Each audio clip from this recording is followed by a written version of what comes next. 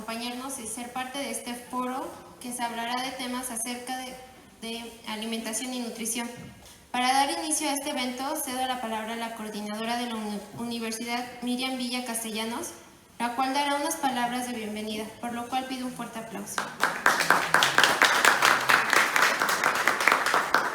Muchas gracias por estar aquí el día de hoy y gracias al equipo 3, responsable del evento denominado Foro de Alimentación y Nutrición. Por demás está decir que este es un tema muy importante y que a través de las diferentes asignaturas que se cursan en esta universidad se le da la importancia de vida y se cursan algunas asignaturas que tienen que ver precisamente con este tema, ya que al ser la ingeniería en procesos agroalimentarios nos interesa la producción, la transformación y por supuesto que el consumo de estos alimentos sea saludable y que contribuya a la nutrición de la sociedad. Agradecemos a los invitados que aceptaron la invitación de parte de los estudiantes y que el día de hoy están aquí para compartirnos sus experiencias en distintos ámbitos que tienen que ver con la alimentación y nutrición. Y siendo las 11:48, damos por inaugurado este foro.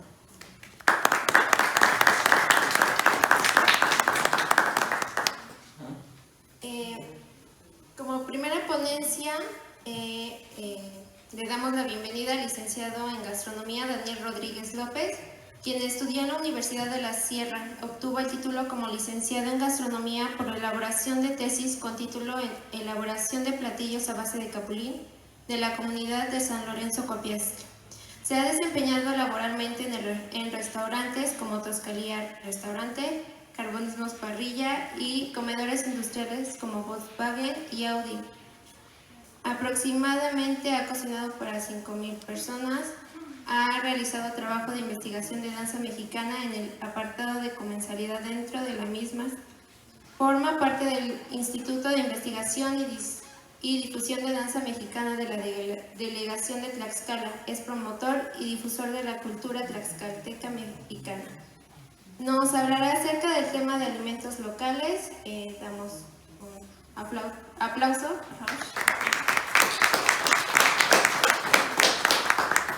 Muy buenas tardes ya, ¿verdad? ¿Sí? Todavía ya casi.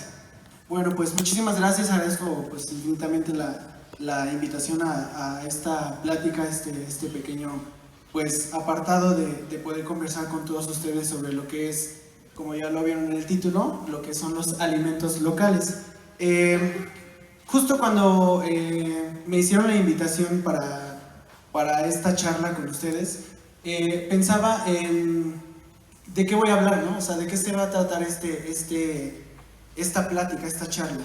Y bien podríamos hablar sobre, pues a lo mejor la elaboración o los platillos que ya están elaborados o que tienen un cierto proceso, ¿no? Como por ejemplo, hablamos de una enchilada, que son alimentos locales, ¿no? Una enchilada con su mantequita, doradita de la parte de abajo, su salsita verde o roja, su quesito, su cebollita bien picadita. O bien podemos hablar de una quesadilla, ¿no? De huitlacoche, chicharrón, champiñón, etcétera, etcétera. O bien de un tlacoyo o inclusive de un taco. Pero todos estos son platillos que ya están o que tienen en sí ya unidos a varios elementos que son los alimentos. Y en este caso quise hablar de los alimentos que tenemos nosotros aquí en nuestra comunidad en Copiapó. Ya hace tiempo cuando elaboraba mi tesis, bueno, decía de qué voy a hacer mi tesis, ¿no? Yo quería hacer algo que pues tuviera mi identidad, mi localidad, mi comunidad, ¿no? Y justo es eso, ¿no? La localidad de los alimentos. Estamos hablando de que los alimentos son todas aquellas sustancias que el ser vivo consume para obtener vitalidad, es decir, para poder vivir. Entonces, estamos hablando de que también la localidad es la parte donde se encuentran estos elementos o estos alimentos. Vamos a hablar de justo la base de la dieta mexicana. La dieta mexicana converge 4 principales alimentos. El primero, el más importante, que es el maíz. ¿Por qué el maíz? ¿Alguien sabe por qué el maíz? Porque justo es la base. Y tan es la base que gráficamente lo podemos ver cuando elaboramos un taco. Es la base de nuestro alimento. Ponemos la tortilla, ponemos el alimento encima y es la base de nuestro alimento. De ahí viene el siguiente, que es el chile. Yo, sinceramente, he tenido la oportunidad de estar en otros lugares donde no se consume chile y me siento de verdad que me falta algo. O sea, de verdad el chile, yo decía, cuando yo estudiaba y escuchaba a algunas personas decir, no, es que sin el chile no eres mexicano, o sientes que te hace falta algo. Y yo decía, eso no sucede, o sea, es comida al final de cuentas, ¿no? Pero ahora que he tenido la oportunidad de estar fuera, les puedo asegurar que el chile lo es todo para el mexicano. Entonces, por eso es que también se toma en cuenta como la base de la alimentación mexicana. Aparte porque tiene muchos aportes nutritivos con el mexicano. El tercero, que es el frijol. El frijol es otro elemento importantísimo en la dieta del mexicano, ¿sí? Y junto con el maíz y el chile, podríamos estar hablando de que son la trilogía mexicana, así como los tres huastecos, como los tres mosqueteros. Estos tres elementos son la base de la dieta mexicana o de la alimentación mexicana. Pero en el cuarto apartado tenemos a la calabaza. ¿Y por qué la calabaza? Porque la calabaza se encuentra también dentro de la dieta de los mexicanos. Yo creo que todos en algún momento de nuestras vidas, desde pequeños, hemos comido dulce de calabaza, quesadillas de flor de calabaza, una salsa verde con calabacitas, calabacitas a la mexicana. Es totalmente, está dentro de la dieta del mexicano. Y si se dan cuenta, estos 4 elementos, bueno, ustedes van a saber un poco más que yo, porque ustedes están estudiando esto. Cuando uno siembras maíz, en algunos se planta maíz, frijol y calabaza. Encuentras 3 de esos elementos. El chile quizá no, pero ese lo encuentras hasta seco si quieres, si te lo traen del estado de donde tú quieras. Pero ese ya es un adicional. Entonces, de aquí yo quise basarme en estos elementos y vemos que también dentro de este plantío, de lo que es la milpa, vamos a encontrar otros elementos que son alimentos que son netamente locales. Que son los quelites. Los quelites son todos aquellos brotes que nacen de forma espontánea, pero que tienen un fin nutritivo.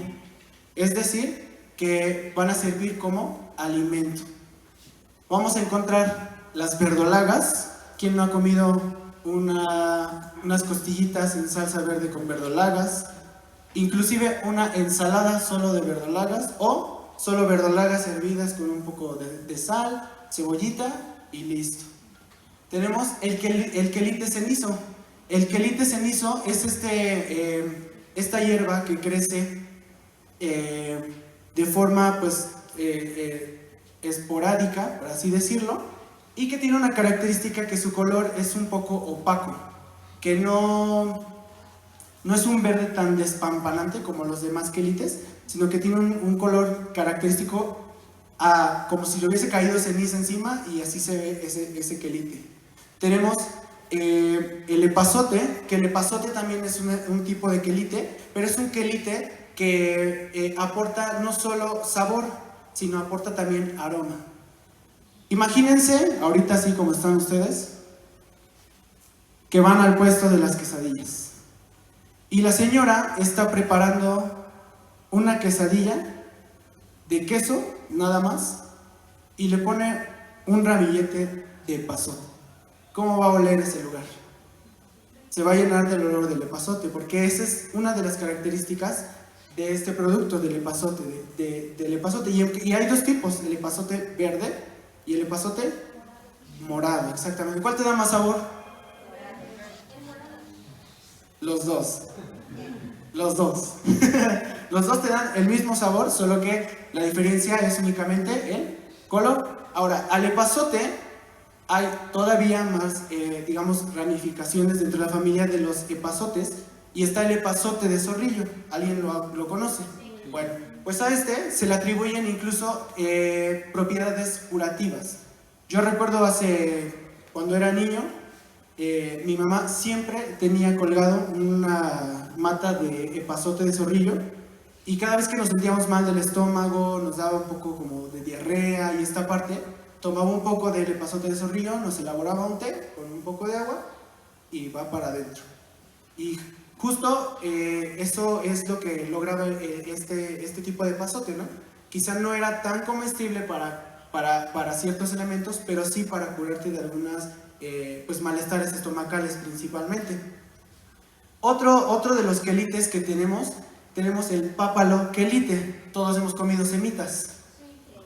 Es, yo creo que la base o el sabor de una semita. Yo no consigo una semita sin epazote. Hay a quien no le gusta y es respetable también, pero yo creo que la característica principal o el sabor principal de nuestra semita siempre va a ser el pápalo quelite. ¿Por qué pápalo quelite? Su nombre proviene de la palabra papalot, que significa mariposa, y es porque tenía una forma como de mariposita y por eso lleva este nombre, pápalo quelite.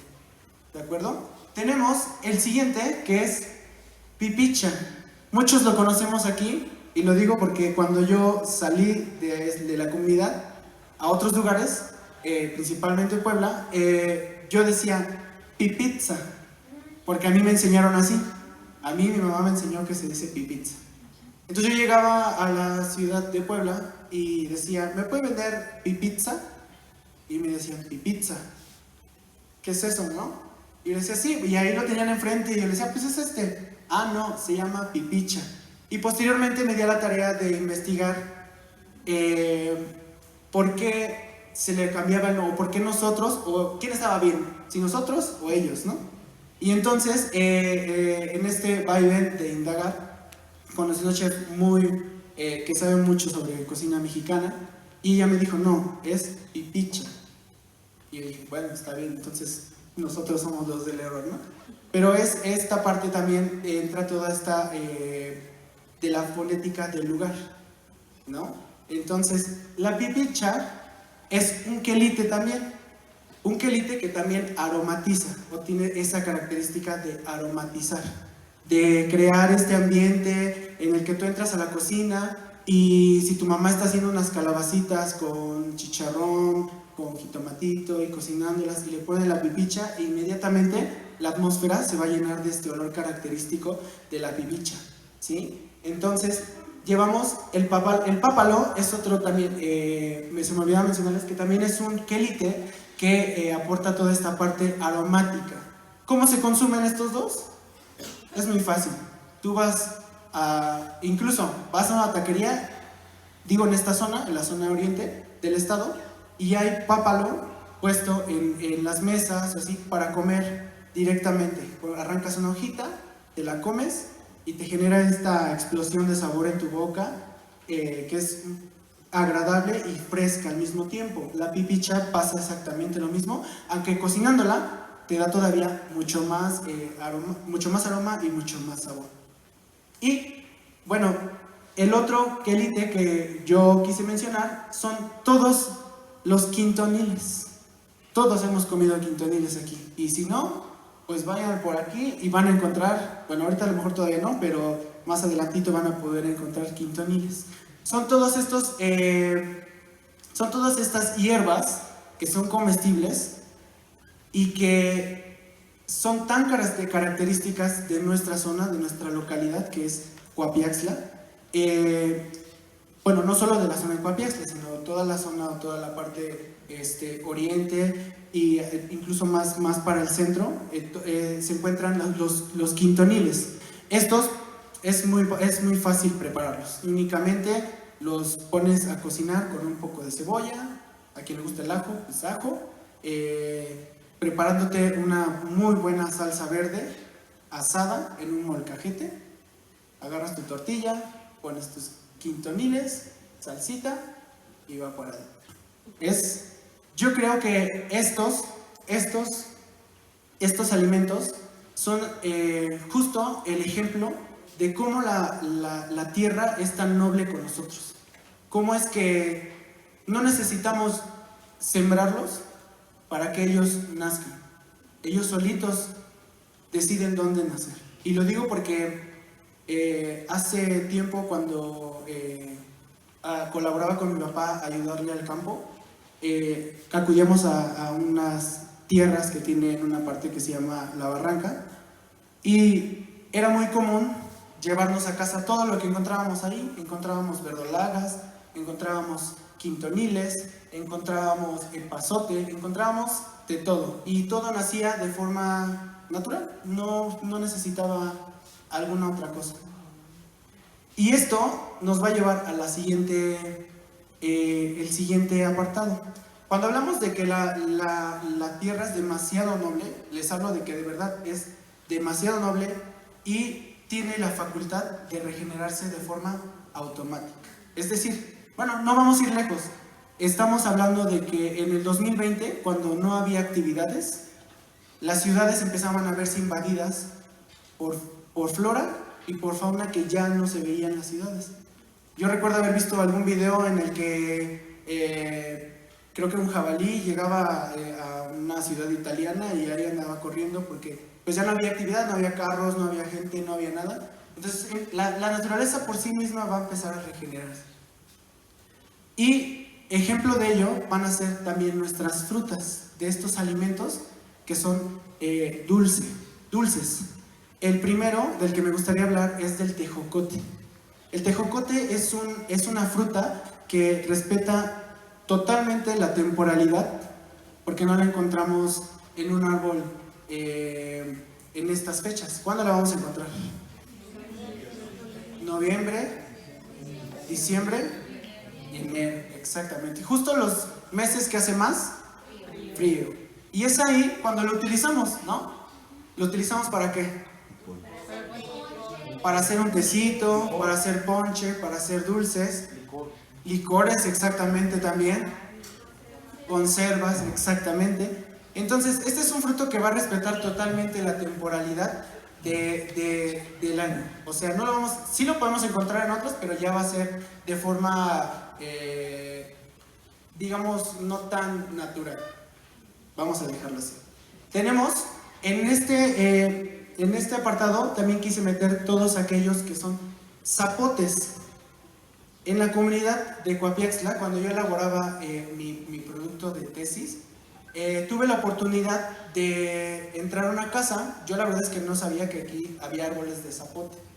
Tuve la oportunidad de entrar a una casa porque la persona que me invitó me decía: yo tengo un árbol de capulín y ese árbol da unos capulines enormes, o sea, grandes. Y yo decía: bueno, pues igual un día me invitas y pues bajamos unos, ¿no? Y yo veía el árbol y decía: ¿y esto qué es? Me decía: es que es un zapote.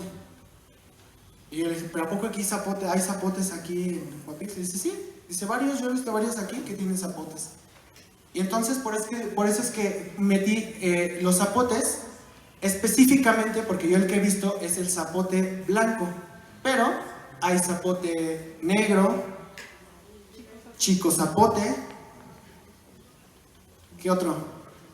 Hay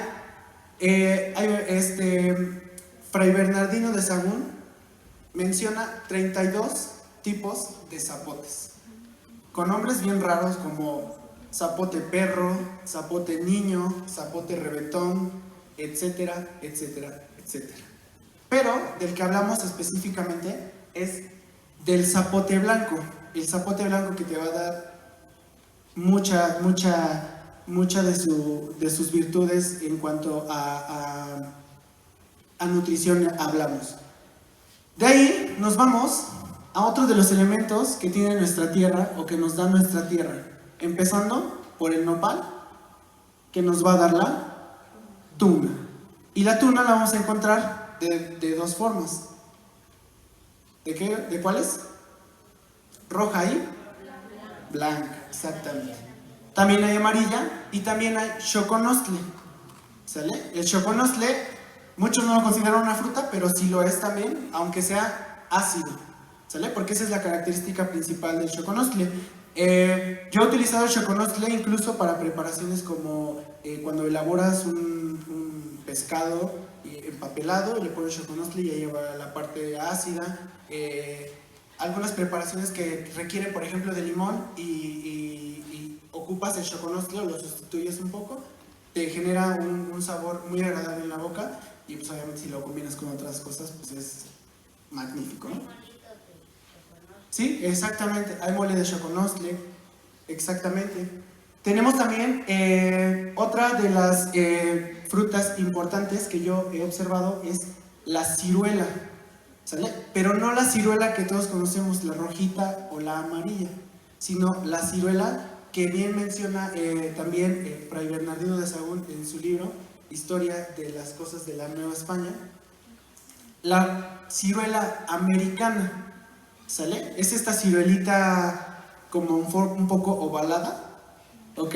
De color amarillenta, rojiza, que todos creo que hemos consumido en algún momento, y si no, vamos al portal, compramos por ahí unos 5 pesos, y es esta que tiene una característica como de un juguito un poco lechosito, muy dulcecito, muy rico, muy fresco, ¿ok? Y que con ella también podemos elaborar desde aguas hasta curados de pulque. Tenemos otro elemento que tampoco yo tenía la oportunidad de haber conocido hasta hace no muchos años, que es el jaltomate. ¿Alguien había escuchado sobre el jaltomate? ¿Sí? ¿Usted sí, señora? Sí, usted sí. Pipiscos, exactamente. Son estas frutillas muy pequeñitas que parecen como tomatitos bien pequeñitos, ¿sale? Crecen de una forma natural, o sea, no necesitas sembrarlos, ellos van a nacer donde dicen por ahí, como dice esta cantante, se me fue el nombre, ellos nacen donde se les pega la gana, ¿sale? Son unas frutitas muy pequeñas, de color un poco oscuro, ¿ok? Pero que al consumirse pareciera que vas a comerte un tomate verde así y que te vas a ver muy ácido. ¿Y cuál es la sorpresa? Que es totalmente dulce. Con ello podemos elaborar mermeladas, conservas, incluso podemos hacer salsas con el mismo, salsas agridulces un poco con el jaltomate. Y también tiene un poco de propiedades curativas para el estómago, ¿sale? Mucha gente, incluso yo cuando estudiaba esto, la gente decía, es que consumimos las hojas para hacernos un tecito para cuando nos duele el estómago. Si en algún momento tienen la oportunidad de encontrarse un jaltomate, llévenselo, plántenlo y van a ver que solito les va a dar mucho de eso. Y es un elemento bien noble porque también, como les digo, crece solo y nos aporta muchos nutrientes también para la energía del día. Y de aquí nos vamos... Otra vez. Ahí está. Nos vamos al elemento, yo creo que de los más clásicos y de los más importantes en algún momento para nuestro municipio, que es el capulín. Todos conocemos el capulín. Aquí tenemos uno, ¿sí? El capulín es una frutilla, ¿ok? Similar, o como lo decían en aquel entonces los españoles, la cereza mexicana, ¿ok? Es un elemento o un alimento que respeta totalmente su temporalidad, es decir, no lo vamos a encontrar en ninguna parte del año más que, ¿en qué temporada es? ¿Agosto? ¿Julio? ¿Agosto? Septiembre, exactamente. Es este elemento que empieza a estar registrado, ¿ok? Por el señor Francisco Hernández, quien era médico de cabecera del rey Felipe II. Él viene a México, a lo que se conocía en ese entonces como la Nueva España, y él hace un registro de todas las frutas que había aquí en México. Él hace el registro del capulín, pero no lo hace como fruta, sino lo hace como de manera medicinal. Es decir, que él a él llegó la información de que el capulín se utilizaba para curar cataratas, para curar nubes de los ojos o incluso para mejorar simplemente la vista, ¿ok? Aún cuando yo elaboraba mi tesis sobre la elaboración de platillos a base de capulín, se decía ahí que se secaba el huesito, se extraía la almendra, se molía y se hacía una especie de aceite, y este aceite fungía como unas gotitas que te ponías en los ojos para poder pues curar esas nubes o de cataratas o solo mejorar la vista, ¿ok?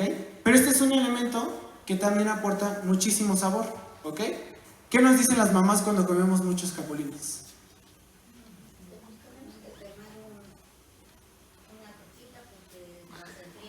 Exacto, sí. Nos dicen que no comamos muchos capulines porque es normal de niño, o bueno, al menos los que somos de por aquí, es normal irnos al árbol más cercano de capulín, a bajarnos una ramota de capulines y comérnoslas entre los primos, entre los vecinos, porque lo hemos hecho. Y las mamás cuando nos ven haciendo eso, nos regañan, ¿no? Y nos dicen, no comas mucho porque te va a enfriar el estómago, ¿ok? Lo cual, déjenme decirles que nuestras mamás nos han mentido, porque el capulín tiene mucho aporte en el estómago, ¿ok? O sea, nos ayuda también a esta fácil digestión de algunos otros alimentos, ¿de acuerdo? Entonces, llevamos aquí todas estas frutas que son, o al menos la mayoría o todas, podemos encontrarlas dentro de lo que es el municipio de Guapiaxtla. Nos vamos a la siguiente. Y bueno, hay otro apartado que también debemos tomar mucho en cuenta, porque es un apartado que viene desde tiempos prehispánicos, ¿ok? Que es la entomofagia. ¿Qué es la entomofagia? Es esta capacidad de alimentarnos ¿de qué? De insectos, ¿ok? Insectos, exactamente. ¿Ok? Veamos qué tan inteligentes o qué tan supervivientes eran las personas en tiempos prehispánicos, que tenían la facultad, ¿no? O la inteligencia de que si tenían una plaga en sus sembradíos, ¿qué hacían? A comérselo. ¿Por qué? Pues porque teníamos dos beneficios. El primero, que ya no íbamos a tener la plaga. Y el segundo, que nos íbamos a alimentar. Exactamente. Y entre estos vamos a encontrar el chapulín. Todos conocemos chapulines. Todos hemos comido chapulines, ¿no? Hemos comido chapulines con su salsita Valentina ahora, ¿no? Con su limoncito, su salecita y vámonos. Ahí con su bolsita y ahí van en la calle comiendo como botana. Claro, también podemos encontrarlo en tacos, también podemos encontrarlo en ensaladas.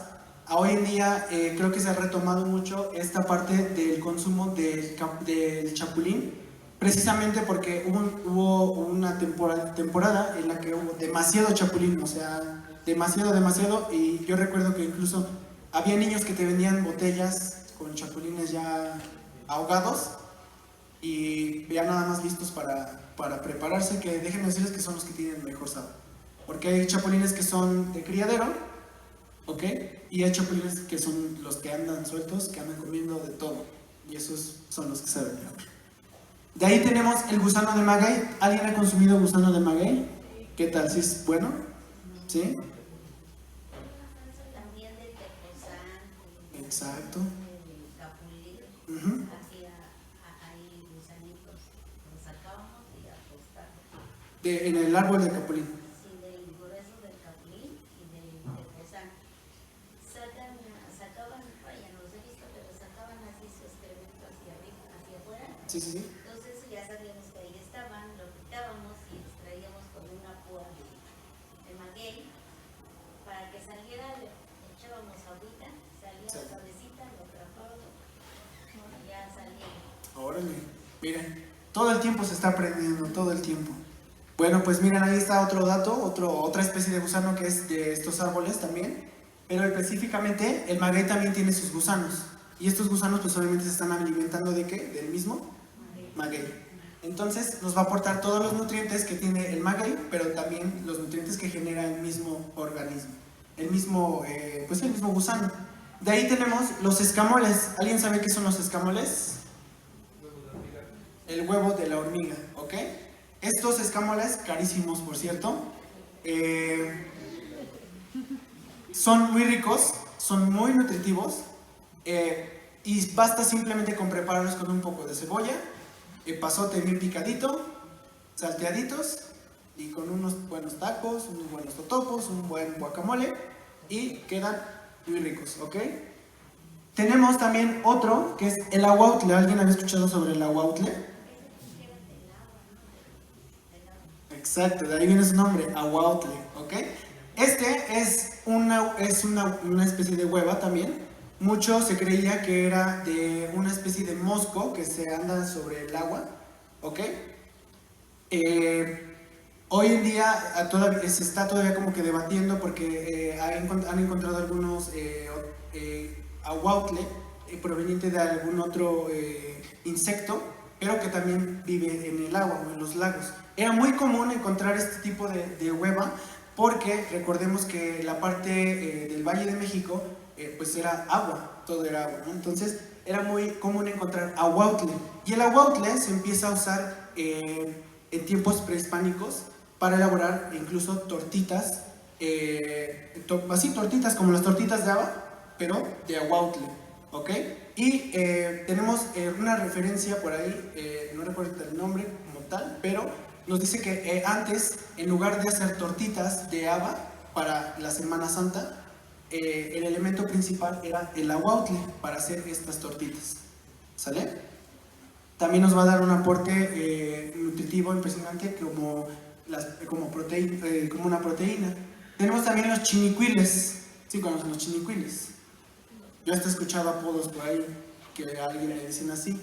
Bueno, pues estos gusanitos también son gusanos que provienen del maguey, ¿sale? La característica principal es que son de color muy rojizo, o muy marrón, muy rojizo, y son un poco más chiquitos. El de maguey es un poquito más grueso, este es un poquito más delgado y de color rojizo, ¿sale? Y por último tenemos los acosiles. ¿Alguien ha escuchado esa palabra de acosiles?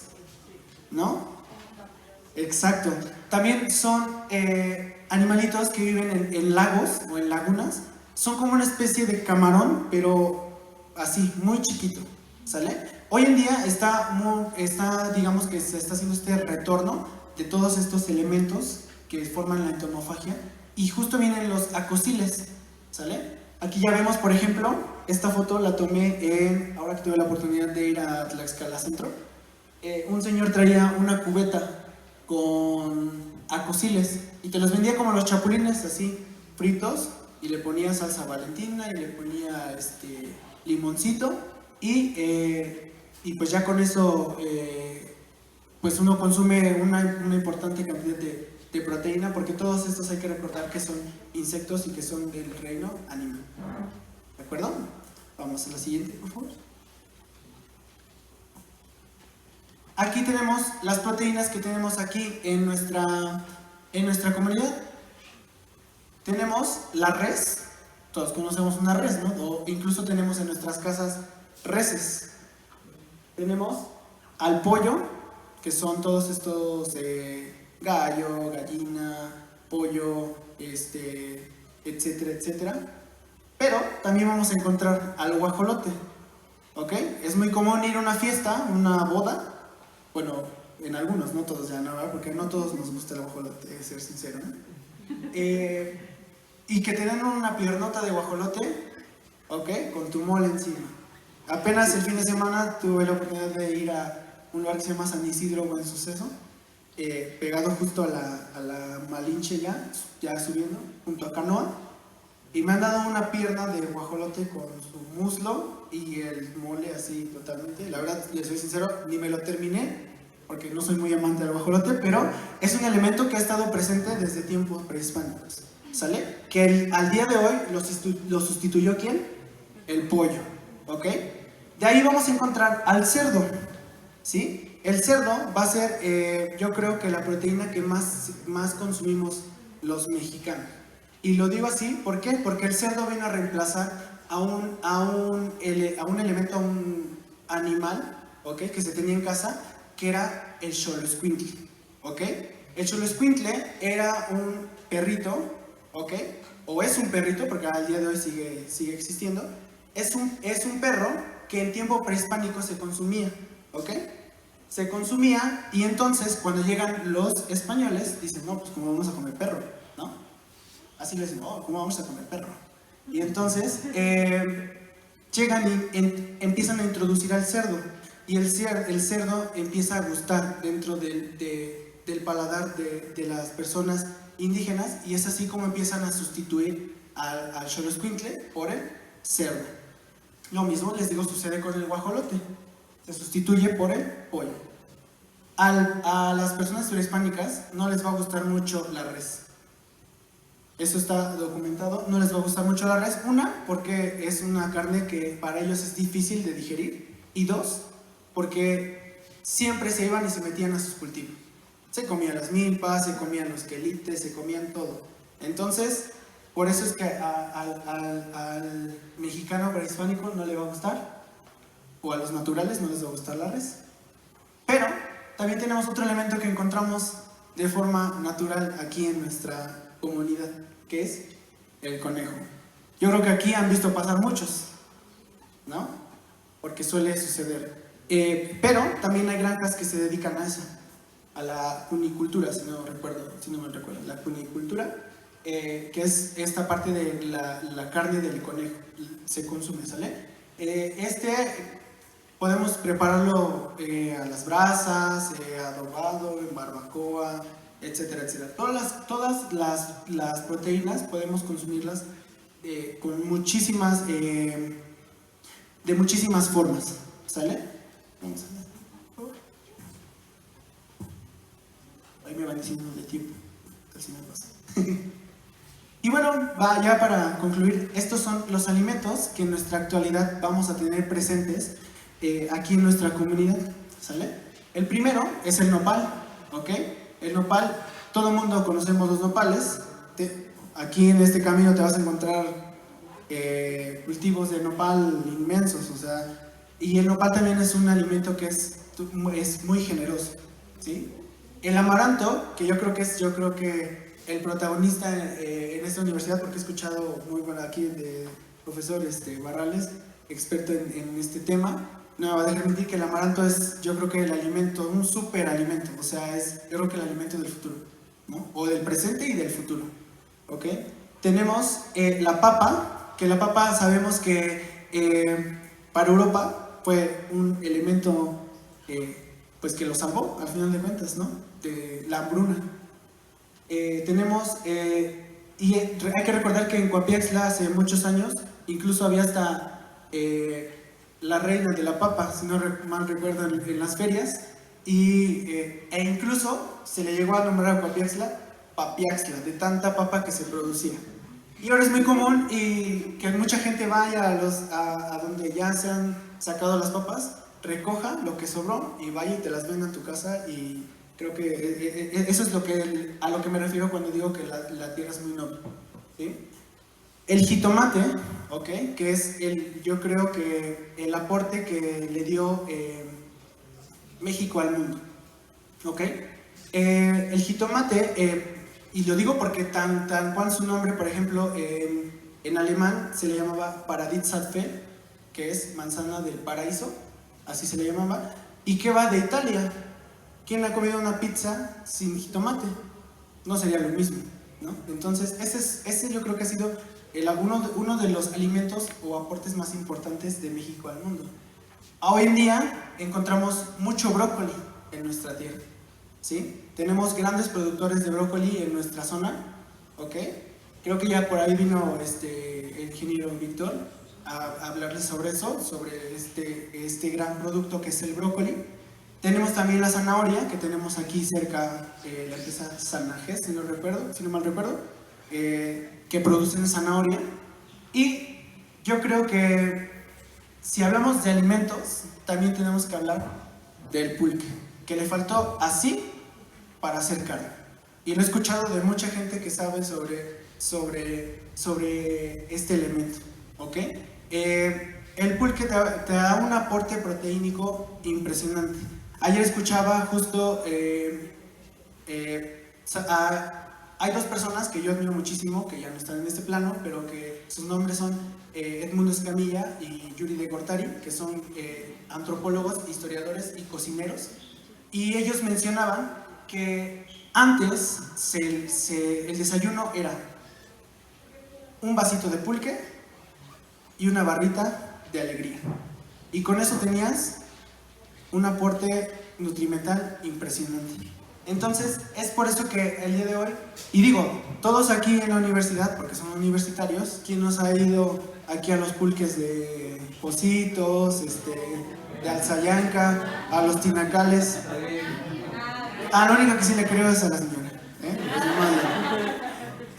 Entonces, este es un elemento que nos va a acompañar desde tiempos también prehispánicos, que después se le hizo una muy mala campaña, porque alguna vez han escuchado ustedes, por ejemplo, que nuestros papás decían, es que al pulque le echan la mona. ¿Sí han escuchado eso? Que decían, exacto, la muñeca. La mona es otra cosa. Esa no la consuman. Ahí decían que en la muñeca se echaba, ¿qué se le echaba a la muñeca? Excremento, exacto. En México, antes de empezar, después del porfiriato, se le empezó a hacer una campaña, muy mala campaña al pulque con eso, diciendo que se le agregaba excremento para que fermentara al pulque. Pero esto, ¿por qué se hacía? Pues para que ya quitáramos magueyes, no tomáramos pulque. Para las cerveceras. Exacto, para que las cerveceras crecieran, ¿ok? Para que la cerveza empezara a ser lo principal que se consumía, porque antes del porfiriato, yo creo que, podría decirlo así, la Ciudad de México estaba tan sedienta de pulque que todos los trenes, por eso se pasan por esta zona, para llevarse todo el pulque a la Ciudad de México, ¿sale? Entonces, el pulque es un elemento que siempre nos va a acompañar, ¿ok? Y que es un súper alimento también, yo creo que podría compararlo junto con el amaranto. Entonces, todos estos elementos nos van a acompañar siempre, estos alimentos que van a ser parte de nuestra dieta, porque hay que recordar que la cocina o la comida mexicana es todo aquello que comemos los mexicanos todos los días. La cocina mexicana no se encuentra en los grandes restaurantes, la cocina mexicana está en tu casa, está en tu cocina, está en tu refri, está en tu estufa, está en tu comal, ¿ok? Entonces, sabiendo todo esto, yo les voy a pedir un favor. ¿Le puedes cambiar? Hagamos país.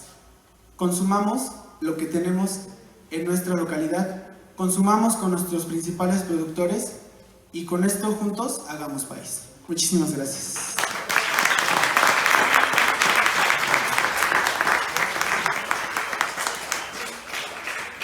¿Alguien de ustedes tiene alguna pregunta?